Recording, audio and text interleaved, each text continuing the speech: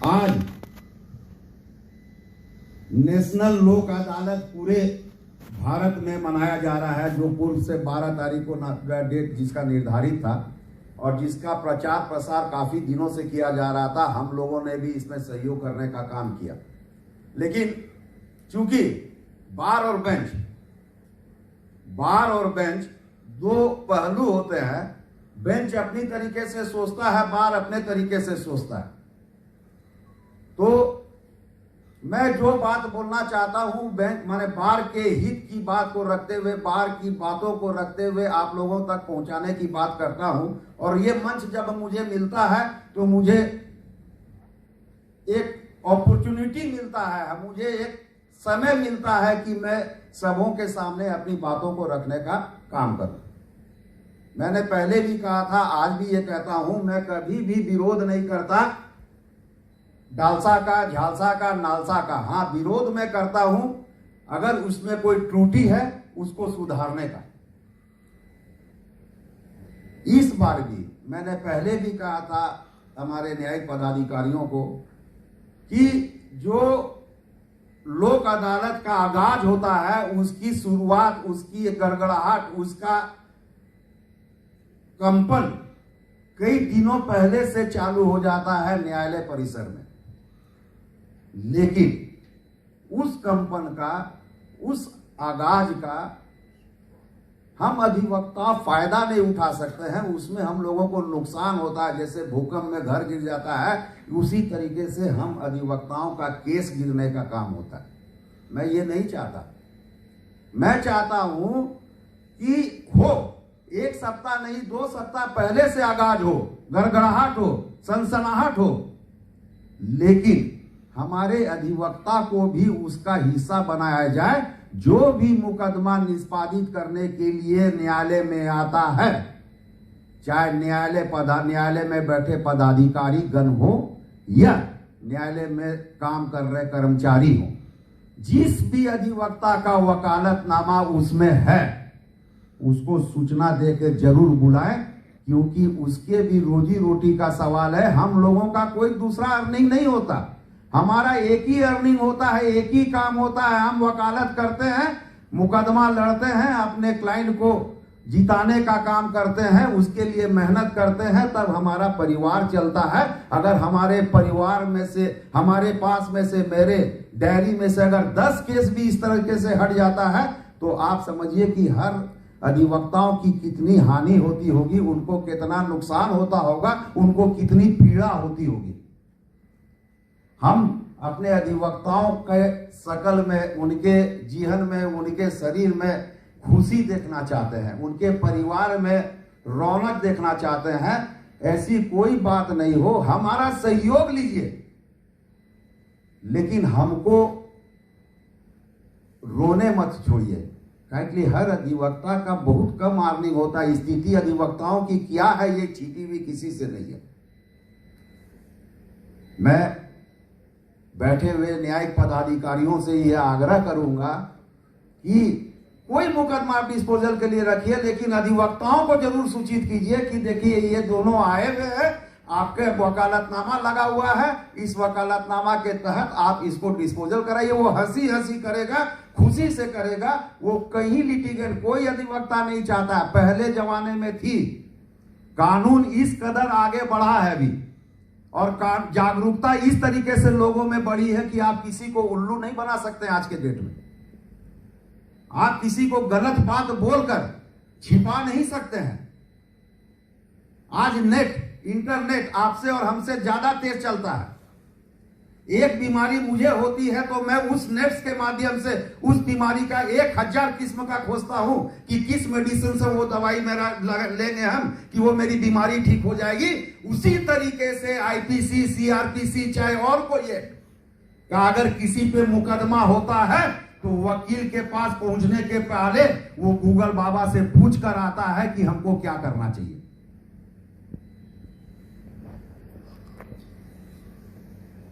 दूसरी, मैं देखा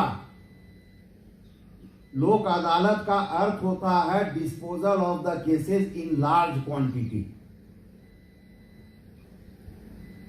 यही एक इसका मोटो है कि ज्यादा से ज्यादा केसेस को निष्पादित करना। लेकिन ये केवल हम अधिवक्ताओं के चाहने से नहीं होगा। पूर्व में भी मैंने कहा था, आज पुनः मैं कह रहा हूं, पूर्व में भी मैंने कहा था, पुनः आज मैं कह रहा हूं, न्यायिक पदाधिकारी भी अपनी कार्यशैली को बदलने का काम करें, सोचने का, समझने का। और उसमें अगर कोई चीज सोचते हैं तो उसके पहले ये बात भी समझ में उनको आना चाहिए कि नालसा के द्वारा नेशनल लोक अदालत लगाया जाता है, उसमें केसेस को डिस्पोजल किया जाता है, दोनों पक्षों को बुलाकर सुलह कराने का काम किया जाता है। लेकिन मैं देख रहा हूं अभी भी वर्तमान में बहुत ऐसे न्यायिक पदाधिकारी हैं कि 12 बजे तक भी अगर कोई मौकिल नहीं पहुंच पाया तो सीधे वारंट कर देते हैं और उसको अपीयरेंस में भेजने का काम करते हैं। और अगर आप अपीयरेंस में भेजने का काम करते हैं तो आप कैसे जानते हैं कि वो केस निष्पादित होगा, जबकि वो भी केस कंपाउंडेबल केसेस रहता है। आप अपने ताकत को लगाकर उसका इस्तेमाल करके अपीयरेंस में भेजने का काम करते हैं और एक तरफ हम लोग अपना पेट को मार कर केस को डिस्पोजल करने का काम करते हैं। इस तरीके से चलने में तो थोड़ी कठिनाई होगी। हम लोग चलेंगे कुछ दूर तक, हम आपका साथ देंगे कुछ दूर तक, लेकिन कोई, चाहे आप लंगड़ा जाइएगा चाहे हम लंगड़ा जाएंगे, तो उसमें से फिर ये सिलसिला चलेगा नहीं, आगे जाकर इस पे डिस्प्यूट होगा। इस बात पे भी ध्यान रखने की बात होनी चाहिए। तीसरी, जब हम लोगों का बार कोई नोटिस निकालता है और आपके न्यायालय में जाता है, उसके बाद भी उस पर संज्ञान नहीं लेकर, उस दिन भी हमने देखा है कि बेल बॉन्ड को कैंसिल करके अपीयरेंस में भेजने का काम किया जाता है। तो ये शो करता है कि खाली एक हाथ से ताली नहीं बजेगी, ताली बजाने के लिए दोनों हाथ को उठाना पड़ेगा, तभी उसमें से आवाज निकलेगी। नहीं तो एक हाथ जो है हवा में लहराते रहेगा और किसी को कुछ मालूम नहीं होगा। मेरा खाली आग्रह है, निवेदन है कि अगर हम लोग सोच बदलते हैं, हम लोग कुर्बानी देने को तैयार हैं, तो कानून की प्रक्रिया, मैं जानता हूं कि आप कानून की प्रक्रिया को फॉलो कीजिएगा, आपको कानून की प्रक्रिया फॉलो करनी है।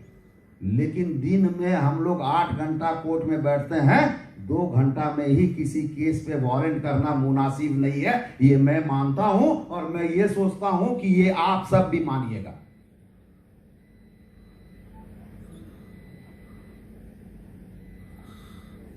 वकालतनामा का मैंने जिक्र किया, जिस भी अधिवक्ता का वकालतनामा केस में हो, डिस्पोजल के पहले उनको सूचना जरूर दे दिया जाए। और अगर बिना सूचना दिए हुए उसको जो है निष्पादित किया जाता है तो ये हमारे पेट में लात मारने की बात होगी, वो नहीं होनी चाहिए। हमारे बहुत जूनियर एडवोकेट हैं जो नित्य कमाते हैं, नित्य खाते हैं और जाते हैं घर को तो चलाते हैं। आज सौभाग्य की बात है कि हमारे मंच में एग्जीक्यूटिव साइड से जो उनके सीनियर मोस्ट होते हैं, सदर अनुमंडल पदाधिकारी उपस्थित हुए हैं। तो ना चाहते हुए भी, क्योंकि जितने न्यायिक पदाधिकारी यहां बैठे हुए हैं वो न्याय संगत, 2 पार्ट होता है न्याय का, एक होता है एग्जीक्यूटिव और एक होता है जुडिशियरी। जुडिशियरी पे मैं बहुत क्या बोलूंगा, बोल दिया। एग्जीक्यूटिव में आता हूं मैं अनुमंडल पदाधिकारी जी के पास में कि आज पूरा भारत एग्जीक्यूटिव साइड से त्राहिमाम है, त्राहिमाम है। फिर मैं बोलूंगा त्राहिमाम है। एक खबर आज छपी है अखबार में, आप सबने अखबार पढ़ा होगा, तो अखबार में आप पढ़ते हैं कुछ, मैं पढ़ता हूं कुछ। अखबार में आज पढ़ने वाले 90% लोगों ने मुझे बधाई दी कि भाई विद्रोही जी, आपको बार भवन बनाने के लिए 25 लाख रुपया मिल गया, बधाई हो। लेकिन मैंने अखबार में जो पढ़ा है मैं आपके सामने बोलता हूं, और संयोग से हमारे अनुमंडल पदाधिकारी हैं, ये उन्हीं के जानकारी के लिए है कि, और नालसा के लिए भी मैं ये बात बोलूंगा कि नालसा के माध्यम से आप एक मुहिम छेड़िए। बहुत ऐसी कानून है जो आम पब्लिक तक नहीं पहुंचता है, आम पब्लिक नहीं जानता, उसको बतलाने का, उसको जनाने का, उसको जागरूक करने का काम कीजिए।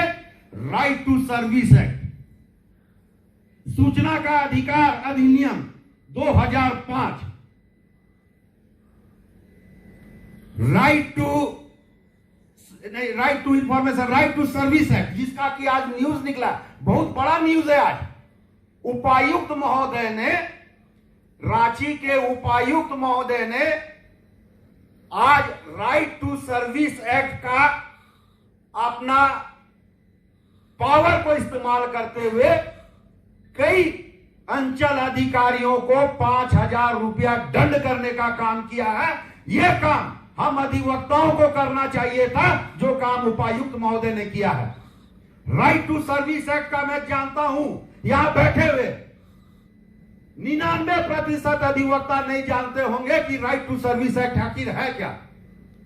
राइट टू इंफॉर्मेशन का सब इस्तेमाल करते हैं, राइट टू सर्विस एक्ट का कोई इस्तेमाल नहीं करता। राइट टू सर्विस एक्ट वो एक ऐसा एक्ट है जिसमें कि झारखंड के कई सर्विसों को सम्मिलित किया गया है, और अगर उस एक्ट के तहत में उस सर्विस को समय निर्धारित कार्य नहीं किया जाता है तो वैसे ऑफिसर को दंडित करने का काम करना है, उसको रोकने का काम नहीं करना है। और उसमें कोई अपीलेंट भी जो है उसमें भी कहीं ज्यादा गुंजाइश नहीं होता है, उसमें सीधे रिकॉर्ड की बात होती है। रिकॉर्ड अगर देख के आपको मालूम होता है कि 28 दिन में निष्पादित होना था, 28 दिन में निष्पादित नहीं हुआ है, तो सीधे फाइन लगाने की बात होती है। तो उपायुक्त महोदय ने जो काम किया है, मैं उनका शुक्रगुजार रहूंगा, और हमारे अनुमंडल पदाधिकारी से ये गुजारिश रहेगी मेरे कि उनके अधीनस्थ जितने एग्जीक्यूटिव मजिस्ट्रेट है उनको भी वो चाबी घुमाकर सीधा करने का काम करें, और एग्जीक्यूटिव की जितनी बदनामी हो रही है उससे उठाकर ऊपर ले जाने का काम करें। आज भ्रष्टाचार बना शिष्टाचार, उसका सबसे ज्वलंत उदाहरण अगर कहीं होता है तो एग्जीक्यूटिव में होता है। किसी अंचल में किसी एग्जीक्यूटिव मजिस्ट्रेट के यहाँ पे कोई काम ठीक से नहीं होता है। मैं गुजारिश करूंगा उनसे भी कि मौका मिला आज उनके साथ में, कभी ना उन्होंने हमको बुलाया ना कभी हमारी अहमियत को जानी, लेकिन अहमियत तो तब मालूम होती है जब कोई जरूरत होती है। मुझे भी आज तक उनका कोई जरूरत नहीं पड़ा, क्योंकि मुझे अपना कोई घर में 144 लगाने का काम नहीं कर रहा, और ना मैं किसी का 144 लगाने का पैरवी करता हूं। मैं बात करूंगा अधिवक्ता की, अधिवक्ता के मान की, अधिवक्ता के सम्मान की, और सिस्टम में भ्रष्टाचार की। मैं ज्यादा समय नहीं लूंगा, क्योंकि पिछले बार भी मैंने बोला था तो हमको थोड़ा सा डांट लग गया था प्रेम से, तो मैं चाहता हूं कि मैंने कई बातें को बोल दी है। मैं अपना तहे दिल से ये मेरा ईश्वर से प्रार्थना है कि लोक अदालत सक्सेस हो। रांची पहले भी अव्वल पे रहा, फिलहाल अव्वल पे रहे, और हमारी गूंज, झारखंड की गूंज, झारखंड के राजधानी की गूंज पूरे भारत में परचम लहराने का काम करे। इसी बातों से मैं अपना वाणी को विराम करता हूं और सबको पुनः जोहार करता हूं।